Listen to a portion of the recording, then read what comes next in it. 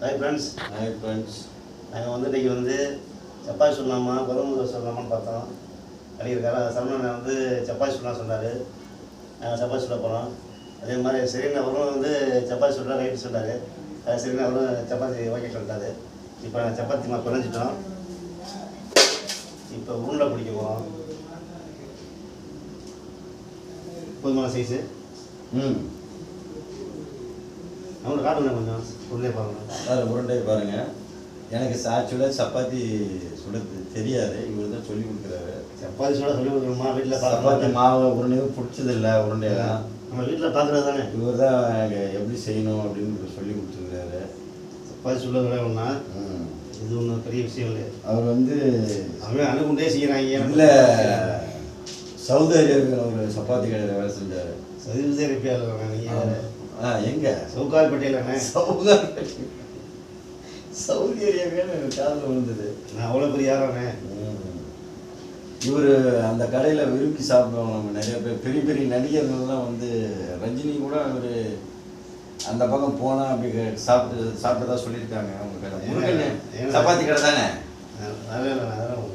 முருகன் நான் ரோட்டு கடை தான் சாப்பிடுவேன். முருகன் சப்பாத்தி கடைன்னு சொன்னேன். நான் வந்து ரோட்டு கடை தான் சாப்பிடுவேன். நான் சின்ன இருந்தேன். நான் பெரிய நீங்கள் சப்பாத்தி கடை வச்சிருந்ததா? ரஜினி வந்து 2 சப்பாத்தி சாப்பிட்டு போனதா அதெல்லாம் கேள்விப்பட்டேன். நக்கல் நக்கல் இல்லை. சரிண்ணே சிரிக்கிறாருண்ணே அவரே. இல்லை, இப்படி பேசுகிறேன்.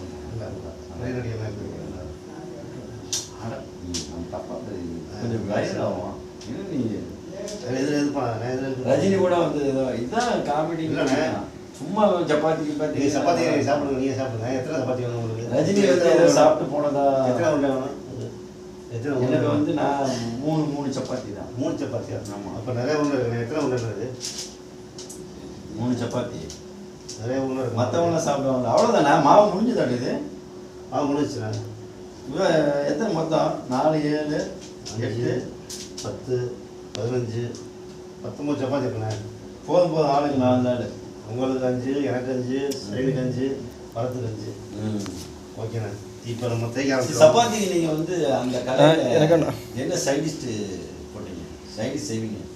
சைடிஷ் சப்பாத்தி கடை வச்சிருக்கும் போது சைடிஷ் என்ன பண்ணுவீங்க? நான் சப்பாத்தி கடை வச்சுருக்கேண்ணே. சப்பாத்தி கடை சாப்பிட்றேன்னு சொல்லி அந்த சப்பாத்தி கடையில் முருகன் சப்பாத்தி கடை நான் பார்த்துருக்குறேண்ணே.